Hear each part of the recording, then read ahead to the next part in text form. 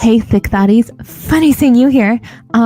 So have you thought about supporting the podcast if you wanted to in ways that aren't subscribing, rating, reviewing, listening, sharing? You can do that by going to patreon.com/thickthoughts. Do you know what Patreon is? It's kind of like Netflix, but for your favorite podcast. By the way, your favorite podcast is Thick Thoughts. You can give us as little as $1 a month to get some bonus content, including extra bonus episodes and live streams. So if you want to check us out, go to patreon.com/thickthoughts. Get in on the action.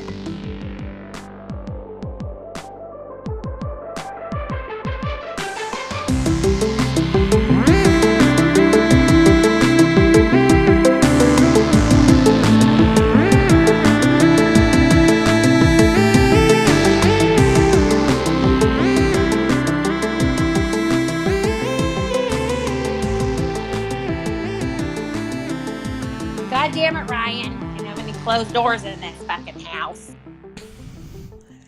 All right. I figured you'd know. I mean, like, recording fat people and former fat people, we're usually pretty There's so much spicy. personality here. We have so much personality. Yeah. I'm going to stop apologizing for saying that fat people are more funny than skinny people because it's just true, okay? It is true. Mm-hmm. Was that a cat? It's Ryan. He was the one on the other side of the door scratching to get in. Mm. Your cat's name is Ryan? Listen, I didn't name him, okay? When I got with my boyfriend, he had 2 cats, and they both had people names. And I thought, that's fucked up, but we're going to proceed anyway. And it turned out to be okay. Listen, One was... that's my favorite thing in the world. All my cats, except my cat, have people names. I think it's weird. Like, I have Henry. I mean, that's cute. And Tina. And Sophie. Okay, that's cute. He had Ryan and Jerry. It sounds like the names of, like, old white accountants. Yeah. And actually, we met online. Eat your rice cake, girl. Or whatever that is. No, I'm done. I just finished the bag. It was a relatively small bag because I started eating it a little bit earlier, but yeah, it's an achievement anyways. Anyways, go ahead. You met him online. Oh, yeah. So I met him online in one of our very first phone conversations. He's like trying to be all cool. And he's like, yeah. And then he's like, oh, hang on. God damn it, Ryan. Get out. I'm like, what the fuck? It was his cat. Who is now my cat. If he was a person, he would be George Costanza. But he's George Costanza cat. So he's just a mess. Very lovable, though. But kind of fat, kind of neurotic. Sounds like me. Yeah, right? It's relatable. Welcome to the Thick Thoughts podcast. I'm Ellie, and I'm here with my beautiful co-host, Sarah. Hey, it's Sarah. Oh my God. She's going through a phase. And we are joined today with the beautiful Sabrina. Hey, I'm Sabrina.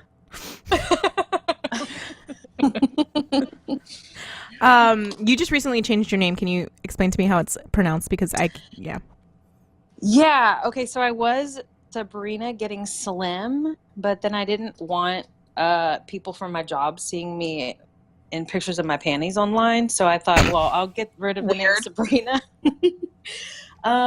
So I changed it to Easy as RNY. Okay. RNY is the type of bypass surgery that I had. Ooh, you know what? Now looking back, I think you're the first bypass person we have on. Oh. You've broken our bypass cherry. Yeah. Oh my gosh. I'm #honored. Wow. Not worthy. Huh. So tell us a little bit about your life. How did we meet you? What led you down this road that led you to meeting us horrible people? Actually, one of my first conversations with you, Sarah, we were talking about anal sex within like 30 seconds. I'm not even sure how it went down, but I just... remember this. Do you remember? I don't It was remember like- how we got on this topic. I don't either. We were talking about whether or not you do anal and have you tried it and what was that like? How Wait, much I alcohol wonder does it Sarah, I feel like everybody on the show that met you, within 30 seconds, you start talking to them about butt stuff. What? For No. sure. Well- Yeah, no, yeah. And like I knew as soon as Wally, like I knew y'all were doing a show with Wally, I was like, Sarah's gonna get him talking about his dick. And for sure it happened. Well, that's interesting. I do remember us talking about anal. Maybe we're talking about like poop, like being. I don't remember. Anyways, we talked about anal. That's for sure. And now we're friends. It's probably archived. We can go back and revisit that later. But yeah. so how did I get to Instagram? Well, I have a couple of in real life friends who had weight loss surgery accounts on Instagram. Oh fuck, I can't think of their Instagram names. One of them is Miss Itty Bitty. Her name's Courtney. And the other one is also named Courtney. Courtney Losing It, I think is hers. I started researching getting surgery, and both of them were like, yeah, make an Instagram account. And I didn't realize like all of the knowledge. I just thought it was like pictures, you know? Mhm. I didn't realize, I mean, it's like a continuous support group. Basically. Yeah, so it's really cool. So that's how I did it. And when I made my account, my friend Courtney, Miss Itty Bitty, like made a post and was like, hey, go follow my friend. And so, yeah, some of the people who followed her came and followed me. And yeah, I actually made the account about a year ago or last January, almost a year ago, but didn't have surgery till 4 months ago. So yeah, that's how.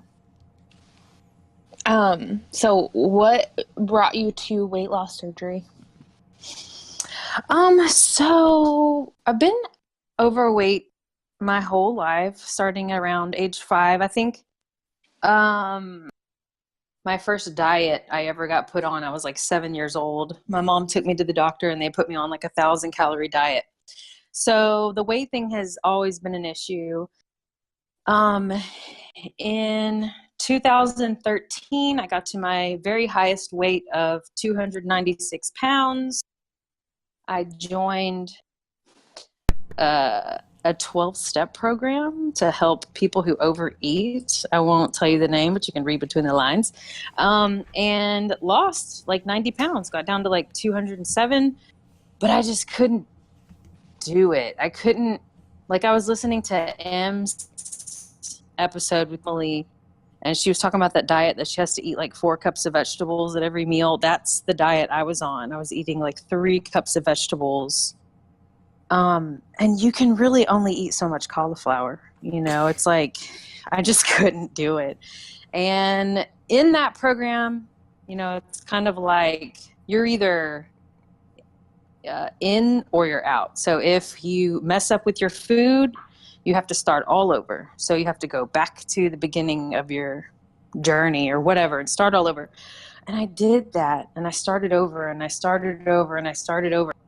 And each time you just lose the fucks to give. I don't know a better way to say it, but I just thought, yeah, fuck this. And I'm just gonna like, and after being on a meal plan for so long, I forgot how to eat. Like I forgot how to just feed myself, and started gaining weight back. And once I got back up to like 245, I just like in passing, like as a joke, well, I had been Googling cash pay weight loss surgery, and this place in Mexico pops up, and I just mention it to my boyfriend, and I'm like, hey, we should like go have surgery in Mexico. And he was like, oh, do people do that? Like, let's look into it. And I was like, are you fucking serious? And and so like he scheduled his right away, and I had no idea he would actually do that. But he was also, up to like 290 something pounds, and we both have back issues. And it was just like, we have a 4-year-old. So it was like two fat people in pain trying to run after this fucking toddler all day, and it just wasn't working out. So, oh my God, what was the question? Any fucking ways. What am I talking about? What was your journey to getting your... Oh, so, yeah, so we do that. He has surgery before I do. He had the sleeve in Mexico. And then I went and had bypass in Mexico. Same place, same surgeon.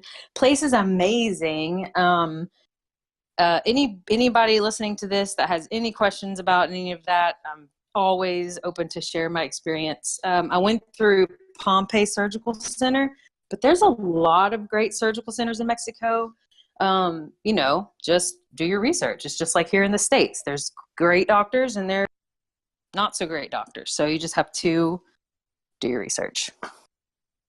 Did I get to answer the question yet? I think you answered it. Would you say, have you, something I've always been curious about, because I was lucky that my insurance was able to cover surgery. Like, have people made any comments about you going the Mexico route with having weight loss surgery? It's just a lot of questions. So people always want to know why I did that. And the reason why is because I don't have the comorbidities, meaning I don't have high blood pressure. I don't have diabetes. In a lot of respects, I was very healthy, but I have this back issue.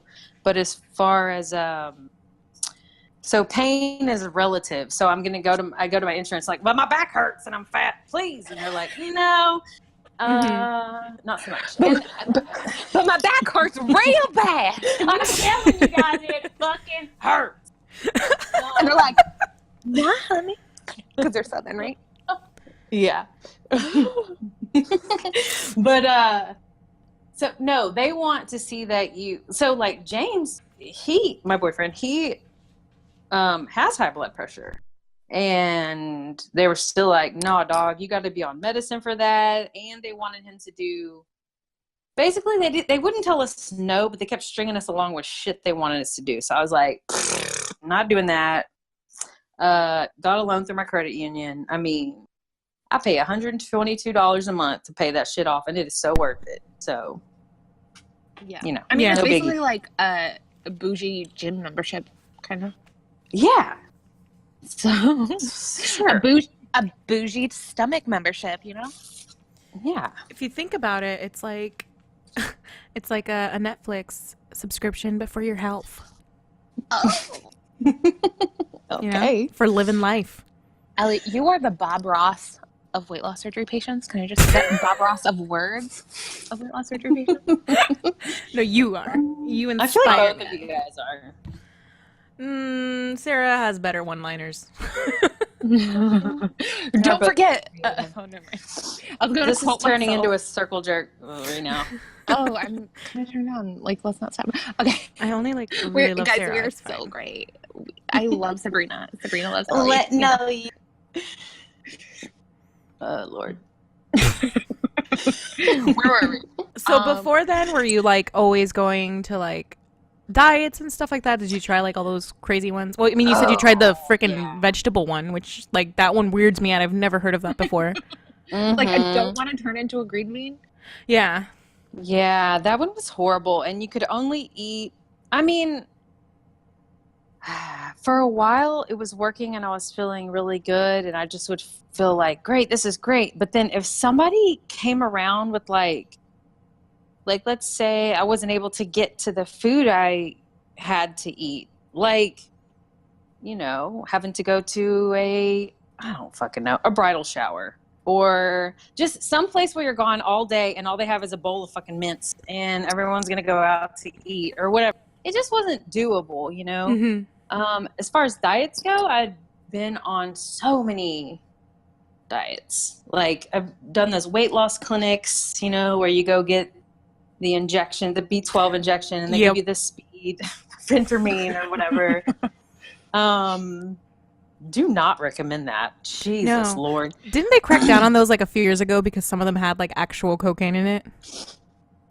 I never got that one. Wow. I mean, what? No. Oh, okay. Those were crazy. Yeah. And by the way, if you're a real fatty, like I eat to comfort myself, and those drugs made me feel like shit, so they just made me eat more. And I was just like cranky and shoving more food in my face. So no, that didn't work. Clearly couldn't sleep. But yeah, no, my issues with food. So I eat to deal with stress, mainly stress and boredom. Like food has been my go-to coping skill for a really long time. Hold on. Repeat that again because you just lagged really bad. Oh, my bad. So I was just talking about how what food has represented for me, what food's done for me. It's been more than just, nourishment for my body. It's been my go-to coping skill. So if I'm bored, I eat, or if I'm stressed, I eat. It's that little lubricant that just gets me through whatever. The problem is that it creates a lot of the issues that I'm trying to escape. So that's a problem, Can you guys still hear me? Yeah, you're fine. Oh, okay.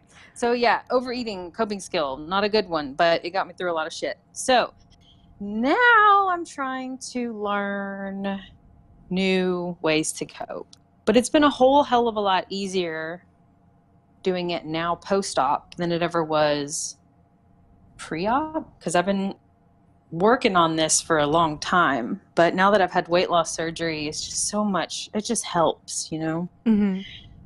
And I was listening to, I think it was Wally's episode where you guys were talking about how it seemed like heavier set people would be more discouraging of your surgery, and I kept sort of running into that. And I used to be that person. I used to be like, well, it won't work. Everybody always gains all their weight back, and pretty much convinced myself of those things as to why it would not be an option for me. Mm-hmm. And then it was just like, fuck it, man. What do I have to lose? Like, just try it. What's the worst that can happen, I think at some point we were all those people that were like, ugh, you're stupid for doing that. Like, why are you going to do that? Like, that's such, like, you could do it yourself. You're not that fat, We all, I think we're in that spot at one point because it's like a little touchy when you're at your heaviest. It's a little touchy because you don't want to hear it's it. a little touchy, yeah.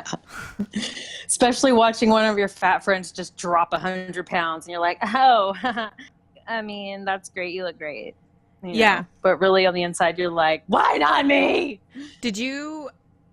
Have you since surgery experienced like anybody like friend-wise pulling away from you or family pulling away from you?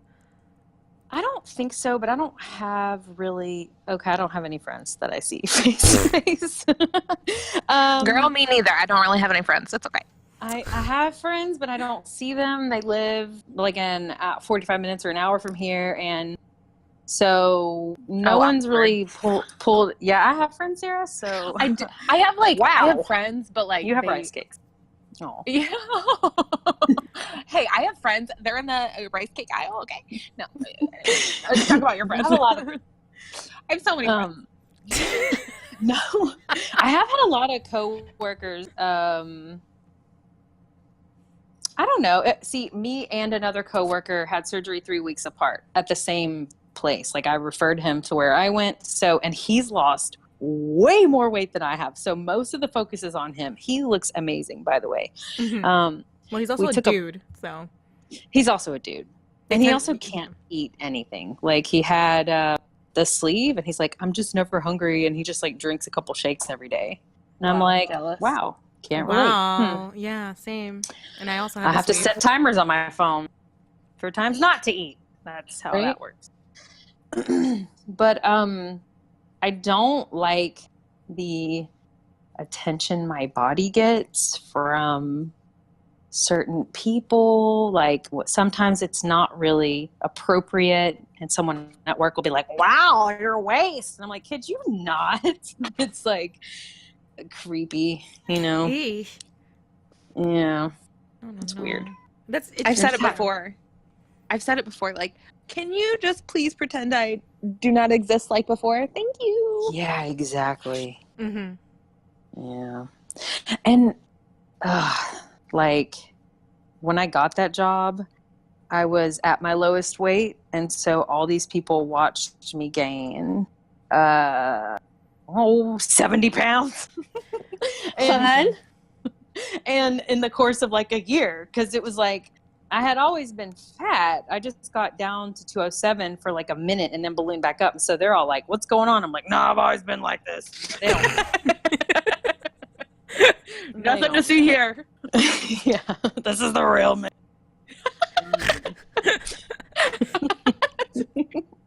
Sabrina, is that like your fat voice?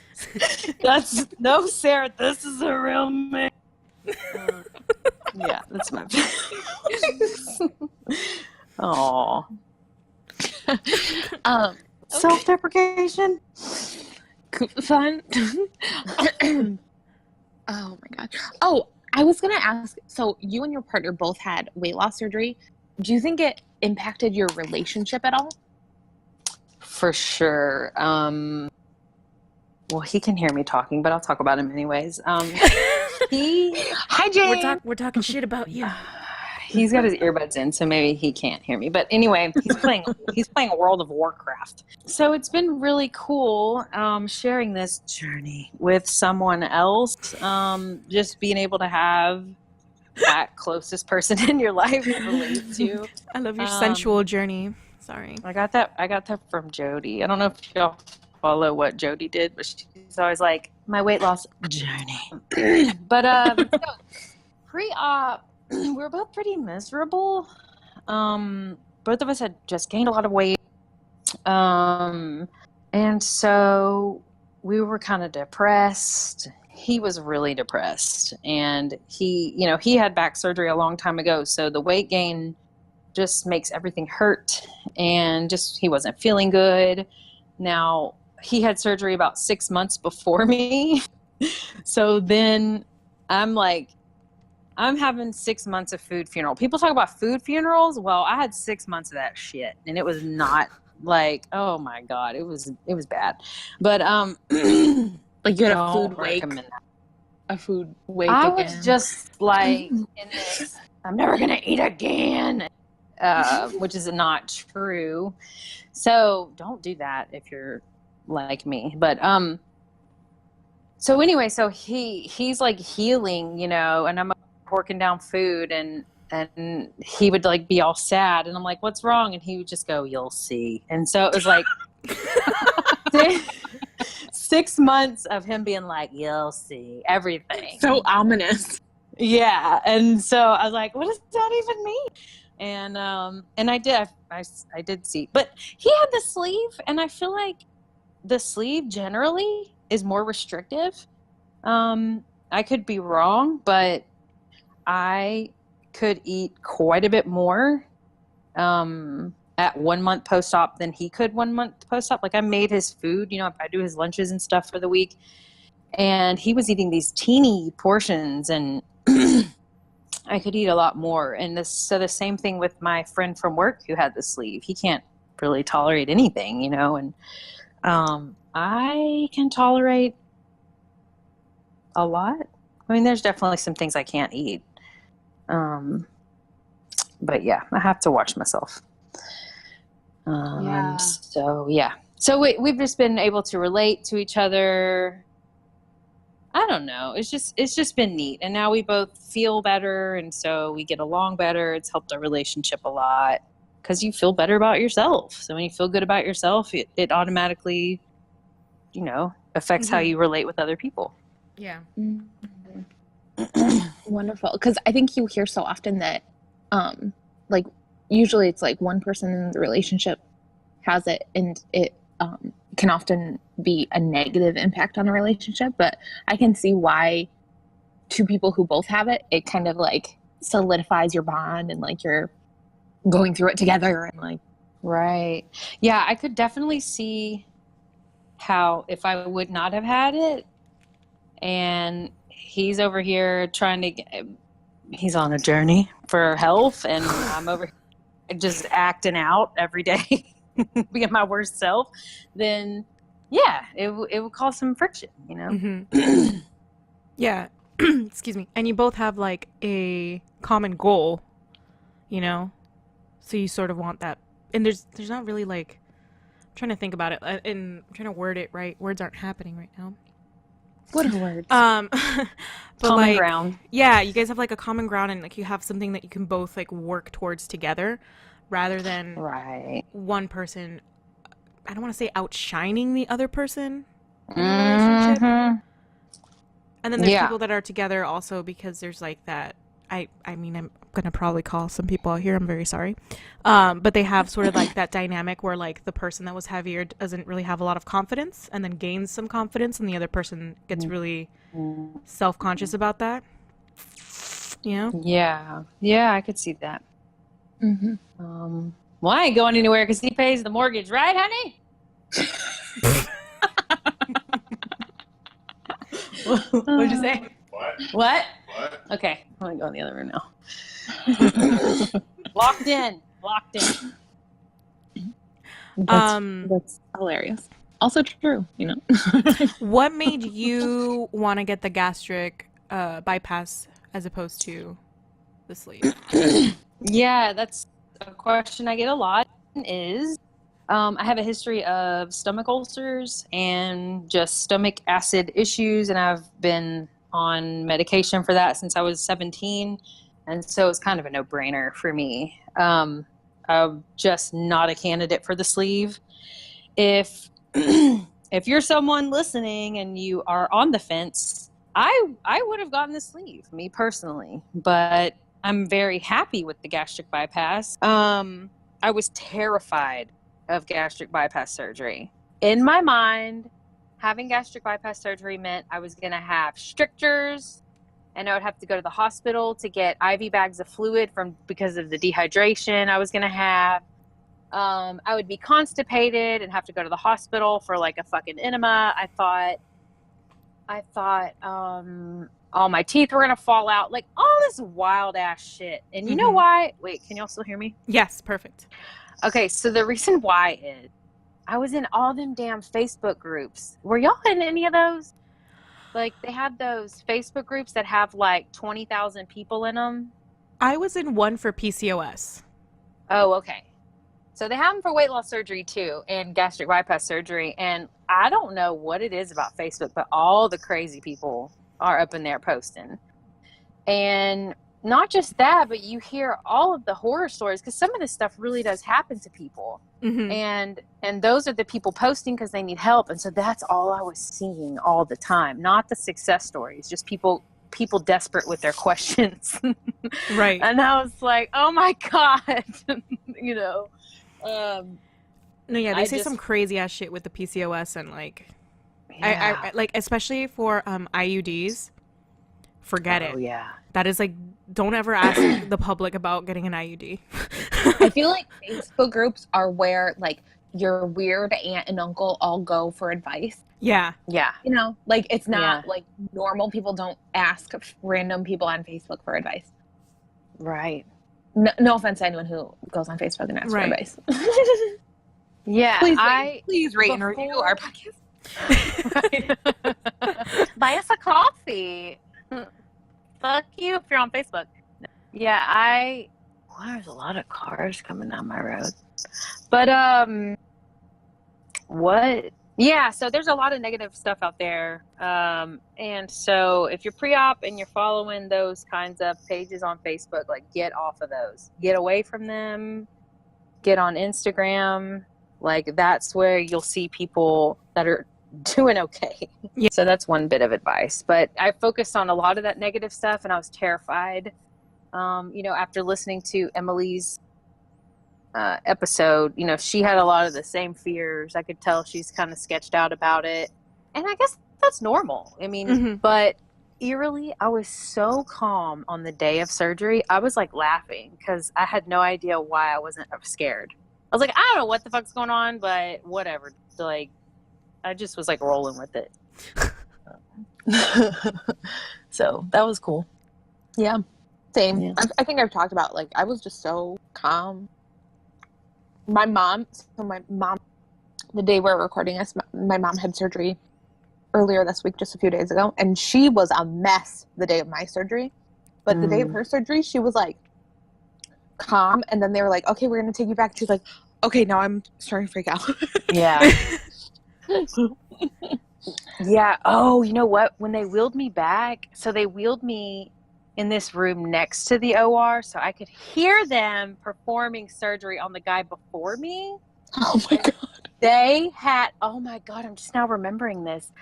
They had, I guess there was a song that got stuck on repeat, and it was fucking White Wedding. Oh no. And I just remember like the beginning of that song where it's like, and I listened to the whole song while they're doing this surgery, and then the song started over again, and I was like, this is hell. Like, this is the worst day of my life. Oh my God. I just remembered that.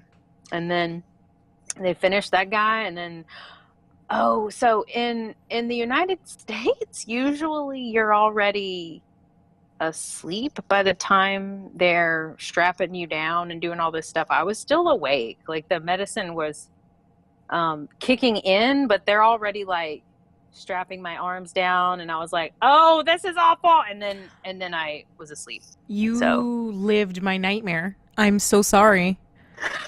it was scary. I woke up in the worst pain. I mean, it was bad, but luckily it doesn't last long. You know, it goes away. Yeah. Couple days, usually. Yeah. The worst was like the first 24 hours, and then after that, it was no big deal. Is there like a special, because I at least I don't know, like, is there like, have you experienced sort of the thing that they call dumping syndrome yet? Yeah. So I don't know if y'all saw my story, about the plantain chips. I did. Monday. So I went to. Oh, go ahead, Sarah. I was just going to say, I love plantain chips. They're my favorite. Right? And why wouldn't you? They're just fucking plantains. So what's the harm in that? Have a lot of fiber, though. Well, I think it was. So I saw that nutritionist yesterday, and she explained to me that what I experienced was called late dumping. So late dumping is a thing. Like, this is horrible. You can eat something and then have dumping from it like 3 hours later, which is what happened to me. Not good. Oh no. Woke me up from a dead sleep. Oh. Yeah, I almost had to call into work. Couldn't stop shitting. Sorry. Although I was helped me get to my weight loss goals for that week. So not the way I wanted to. Unfamiliar. If someone's unfamiliar with weight loss surgery and they're like, someone hears someone talking about late dumping, they're probably like, oh yeah, they were just together too long and it just didn't dump her.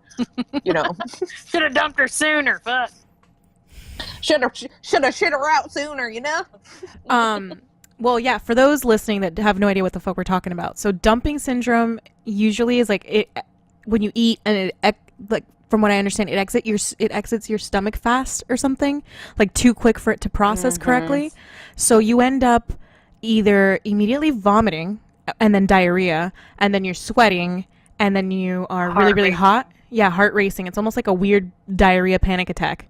Yeah, it's like a heart attack and diarrhea together. So it's really exciting. You're like, I don't know, what's going to kill me first? So, and then the people around you are like, what the f-? And you're just like, go away, save yourselves. It's not good. Oh my God. So yeah, that's what dumping is, if you guys want to know what that is. Diarrhea. But what I will say is it's only happened to me like 3 times. I'm 4 months post-op. The first time it happened, I had just had surgery, and I was just moving on to like the regular food phase. And I tried to go get Mediterranean food at this place that I love.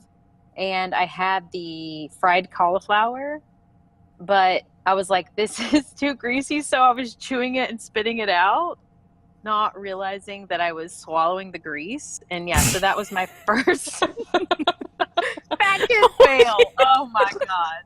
I was like, I'm not really eating it. But no, bitch, you were.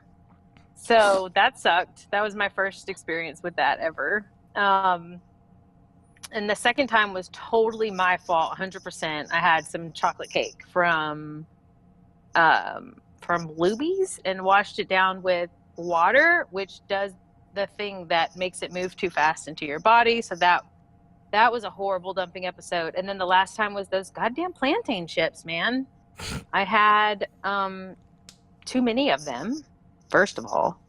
And the nutritionist I talked to, she was like, yeah, it's the fat and the carbs, and you had late dumping and you shit yourself. So yay, fun. I will say though, I feel like we've talked a lot about the negative things.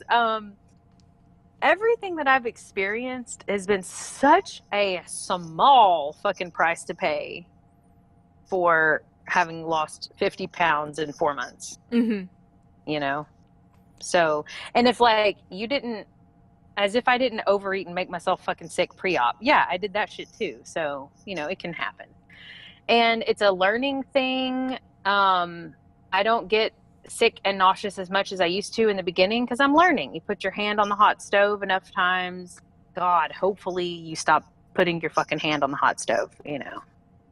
That's the idea. Yeah. My experience is that you just do it a little less often. Right. You wonder if it's still hot. And then you're like, like, let me touch it. Is it hot? Let's just lick my finger and see. And you have all these people that are like, let's hear the it's sizzle hot. sound. It's going to burn you. And you're like, you don't know. Mm-hmm. Yeah. You don't know me. You don't know this burner. I don't know what I've been through with this stove. Oh man. Yeah.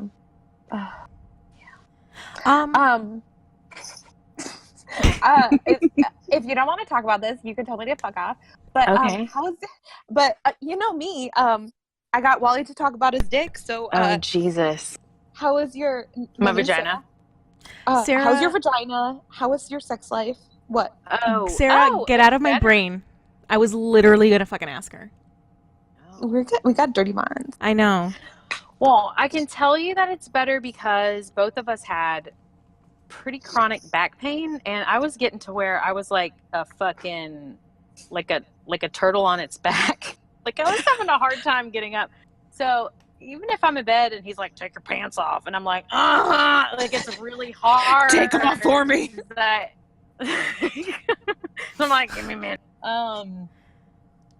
Everything was a struggle, man. I was having a hard time dressing myself, taking a shower because of my weight plus the low back pain. So yeah, sex was not, you had to be careful. You know what I mean? Yeah. Oh, you're still there. Good. Okay. Yeah, gentle like a flower. Yeah. Nice and easy. Yeah. Nice and easy. And often And or not often before. Oh, I mean, pretty often. yeah, get it, girl. Yeah.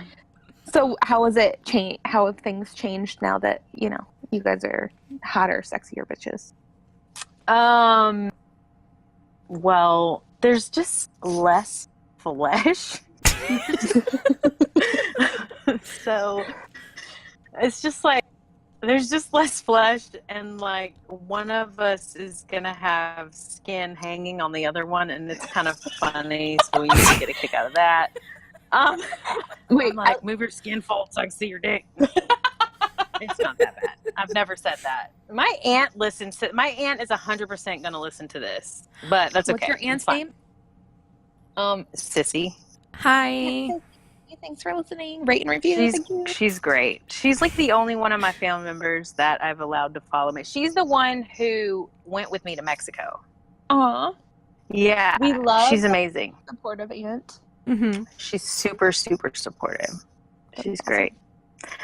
Yeah, and then I was telling Sarah, my dad's starting to ask me about weight loss surgery. He's just asking me questions. I thought you were gonna say he's starting to ask me about my sex life, and I was like, He "Oh did, and no!" I said, Dad, I'm setting a fucking boundary with you. Stop asking me that. No, he never. He never. There's so much flesh. You don't need to know. And then, oh my god, this got so weird. Oh my Sorry, god. I made it weird. I'm sorry. You did. I didn't bring my dad into it. Well, you Okay. did technically. We I didn't switch did, the subject. Yeah, that's true. That's true. Oh man, that's great. Yeah. Well, that's awesome. I love an improved sex life. That's like, my favorite thing. Yeah. Doesn't everything get better? It's like everything's gotten better. Oh yeah, and even if I think it's just things are, just in general outside of like the bedroom, like things are just easier with less flesh, Mm-hmm. for us personally. There's existing takes less energy. Yeah. And it's, to be honest, like a lot of the anxiety of going places has also kind of decreased. Like, Oh my god, yes. like having to fly somewhere. It's like, oh great, do I have to? Is this the day that I'm gonna ask for the extender, or Or am I gonna hide it under my rolls so Yeah. that they don't know that it's not which buckled? is what I did all the Yeah, time. me too. Have you guys ever like broke a chair? Oh, so many. Really? I think I gave IKEA really good business. Yeah. Well, it's IKEA. Come on, man. Well, those chairs, the plastic chairs that go outside, like the plastic lawn chairs. I broke a chair at a party once, and it's like one of those rental chairs, so I felt really bad about that. And I was like, no. Like, they're taking this from your deposit. Sorry, folks. yeah. I was like, oh, I'm so Oh sorry, my and I God, like so- cried. Me and Aunt Sissy, this was like the last chair debacle that I had. It was like the day after my surgery. We go out to the beach where they have this little cantina, and she's gonna get, I'm gonna get a water, she's gonna get something to eat, and there are these chairs on the beach. She sits in hers, and I sit in mine, and mine fucking sinks in the sand, like all the way down. Like it was like a thumbtack. Like I just pushed that shit all the way. Sorry. And then I look up, and they have like donkey rides or something. And there's this guy being mean to this donkey. Like he's like raising his hand to it and making it flinch. He wasn't actually hitting it. So it's hot. She's ordering food. My chair sinks in the sand. I look over, this guy's being mean to this donkey, and I just start crying. And I'm like, he's being mean to the donkey. I can't do this. And so we call a taxi and had to go back to the hotel. And the people, she had already ordered her food, and she was so angry because she doesn't want to see me upset. And so she goes over to the guy, and we're like, she's like this nice white lady. She's like, we're leaving because that man was being mean to that donkey, and you need to know that he's being so mean to that donkey that it's pissing off your business. And they're like, bitch, no, she is so sweet. And, but they didn't care. And we tried explaining it to some other people, and they're like, it's a fucking donkey. But, that they stressed me out. Yeah. You are a magical storyteller, I must tell you. Thank you. I have so many. Yeah. I don't think I have any broken chair stories. No. I feel like I was always good at, like, if there was a chair that looked questionable, I avoided it. But Like, see, I would rather stand than break something. that's what I thought for like half the chairs I sat in. I was like, this one's not going to Exactly. break. And then as soon as I sat in it, forget it. It's like Yeah. Yeah. gave up And on maybe living. maybe I've just blacked out while I've broken chairs. That's a possible thing.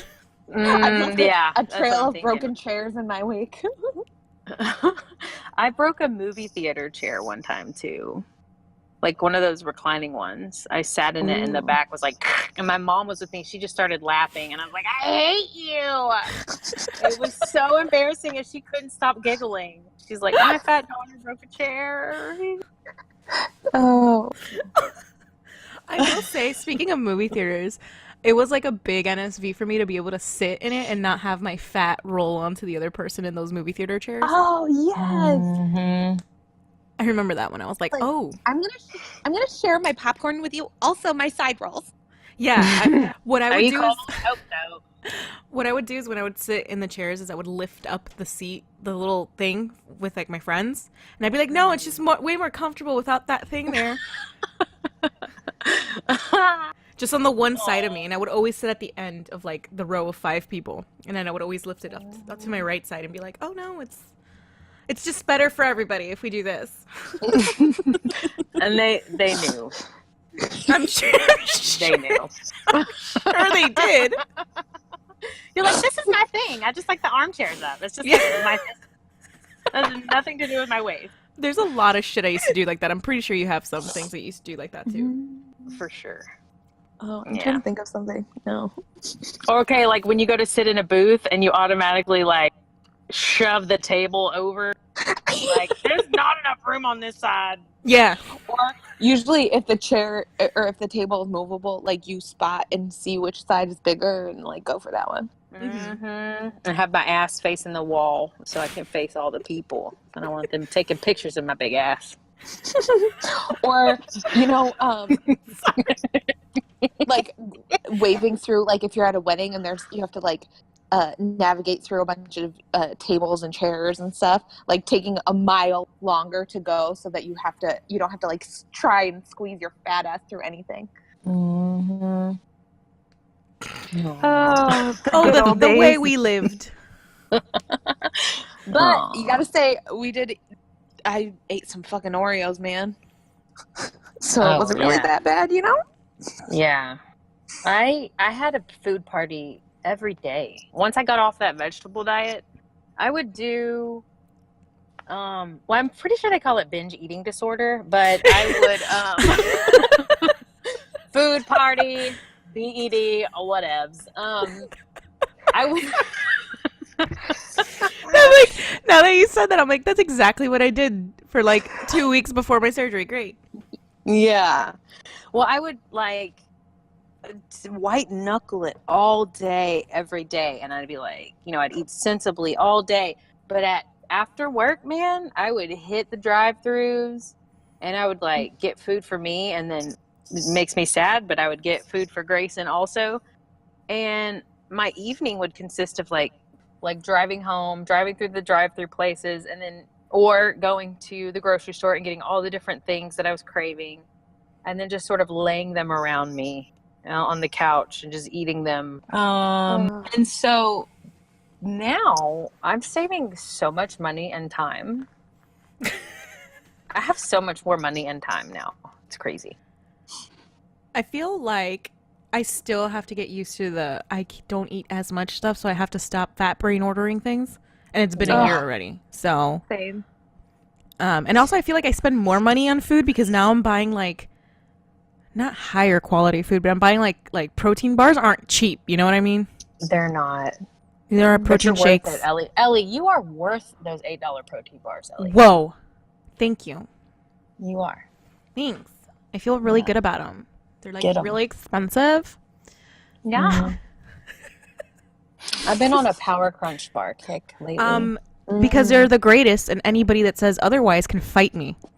Okay, the only thing I don't like about Power Crunch bars is nothing. Messy. I knew Sarah would bring her negativity into this. I know, like they're messy, okay? They're delicious, but they crumble all over my boobs. And that's now true. that my boobs are on a shelf, I have to like actually clean up, and it's like, I don't want to deal with that negativity. So I guess I'll just eat them with like at a table or something. Just kidding. That's rude. Listen, I'm very offended right now by what you just said, because those are like extra snacks for later, okay?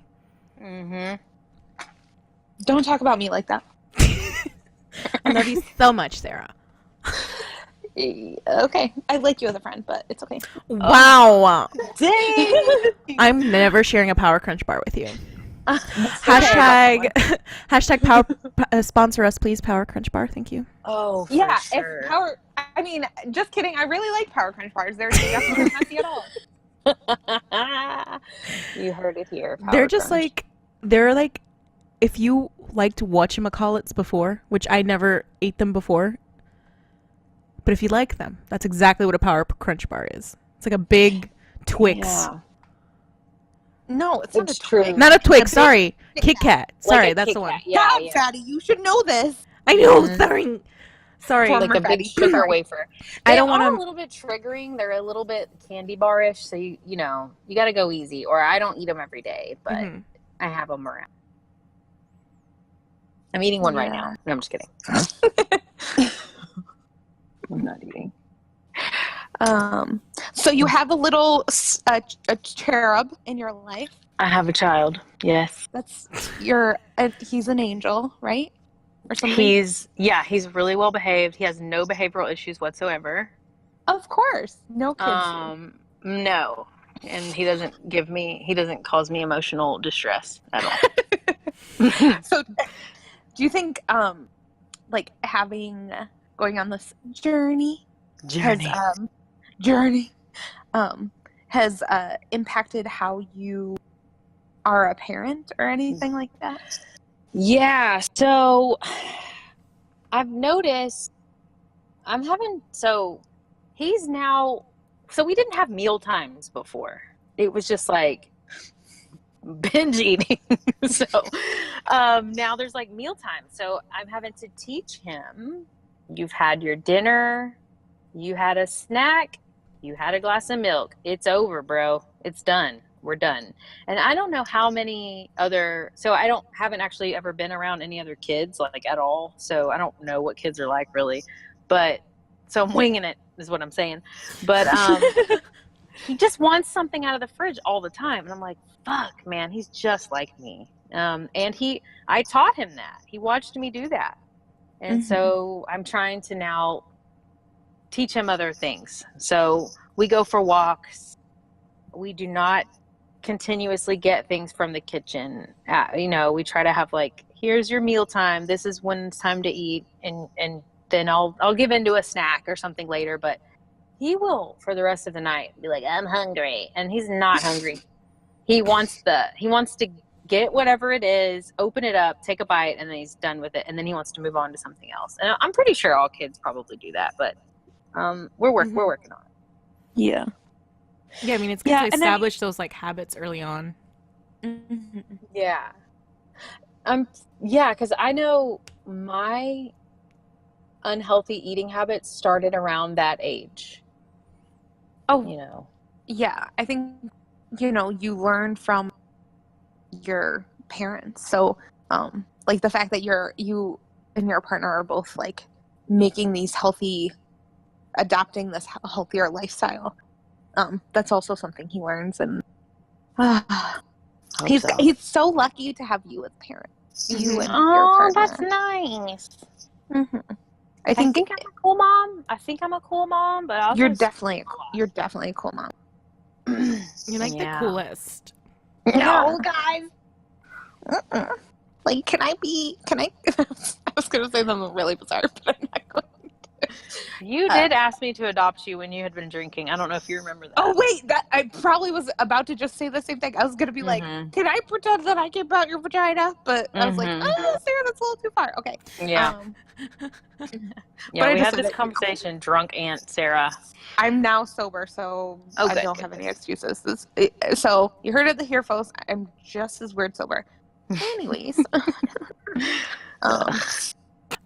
Do you have like anything that you like, any last thoughts that you would give to somebody like yourself in your position last year? So yeah, my big words of advice, or kind of just to recap, we've already talked about them. Stay out of the Facebook groups. Well, my surgical center has a Facebook support group. That's not what I'm talking about. That group is great, but there's only like 3,000 or 4,000 people in it. I'm talking about the groups with 10K or more. Get the fuck out of there. Because everybody in there is in the hospital and they're dying because of their surgery. So you don't want to know that. So stay out of the Facebook groups. Relax.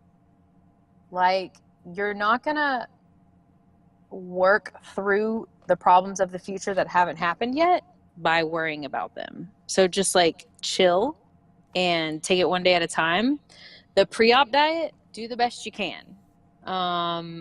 For real though, like I had a 2-week liquid diet, and I think every single day, I did great the first week, and then every single day the last week, I would inevitably shove something in my mouth, and I'd be like, oh my God, but I couldn't not, I was hungry. And I would just like, okay, but I'm going to do the very best I can. And I would just keep going forward. Some people have amazing willpower. Some of these people I mean, the people that are like so on point with their diet and their exercise, like it's remarkable. Mhm. I just like Also, some people are lying about how good they're doing. very Yeah. true. Yeah, true. So I try not to do that. Yeah, because it's not that it's dishonest, but if someone's failing or making a mistake or tripping up a little bit, and all they see are these people just winning and winning and winning, you're just more isolated. It's just like being a fat kid. You're like, why is this my life? Mhm. So yeah, just relax, stop worrying so much. I swear to God, it was such a good decision. I haven't had not one fucking thing that I worried about and put so much mental energy into worrying about came true. None of it. Yeah. And don't worry about your hair falling out or loose skin. Those things are such a small price to pay for a healthy life. Like, aren't you worried about loose skin? Like, what? No. I'm worried about the fat surrounding my internal organs. That's what I'm worried about. Exactly. Yeah. Mm-hmm. Hi, I'm Yeah. worried about my flesh. Okay, so That's just a meat curtain now, and that's fine. Deal with it. I'm like a theater. oh my god, it's like a meat curtain for your vagina. Like, now the star of the show. That's awesome. Oh, Excellent. yes. Well, I think that about wraps it up. Thank you so much, Sabrina. Thank you so much Mhm. for being Super fun. I was really nervous, but it's like I'm just talking to you guys. It's not a big deal. Exactly. Exactly. A lot of people are really nervous, but it's really like we just shoot the shit for a little while. Yeah. I was just like, I'm gonna be weird. Which I guess was, what? but that's okay. Yes. I talked about wanting to come out of your vagina and being your child, so That's true. I yeah, brought your let's- dad into a sexual conversation, so I mean, Thanks so much, and thanks for continuing to bringing it up. That's his sister's listening, by the way. oh, I'm so sorry. yes. That's not what I meant. Sorry, I'm sorry. But yeah, thank you so much for joining us today, Sabrina. We appreciate you taking the time out of your busy schedule. Love you. Yeah, we love you so much. I love you guys. Thanks for asking me. Yeah, you are the thickest of thoughts. Oh, fuck yeah. Yeah. So if you love us, make sure you subscribe, rate, and review. It really helps us out on iTunes. We're also available on Spotify, Overcast, Spotify. I already said that. Google Play. Anywhere podcasts are found, you can find us. Just search Thick Thoughts. If you're interested in supporting us, we now have a Patreon, and there's a lot of options, and that includes an extra episode a month and some extra fun features. So you can check that out in the description of this podcast. And if you are not interested in like subscribing to us every month, you can just buy us a coffee And caffeinate and that's us. just, and caffeinate us, because I love coffee, and I also love ko-fi.com/thick thoughts coffee. What else, Ellie? Follow we us have a on YouTube channel. Yeah, we have a YouTube channel. Follow us on all of our social medias. And yeah, all the links are going to be in the description or on thickdots.com. All right. Well, Did I say thank you dick again dots? for- I just realized that. Dick dots. all of all of our links will be on thickthoughts.com. All right. Well, thanks for joining us. Oh my God. Bye. Bye. guys. Hey guys. Hey guys, you know how we told you that we would shout you out in an episode for being a Patreon? This is where we do it. Yup. So, Shandy, thank you so much. Lorena, you're amazing. Miranda, you're the tits.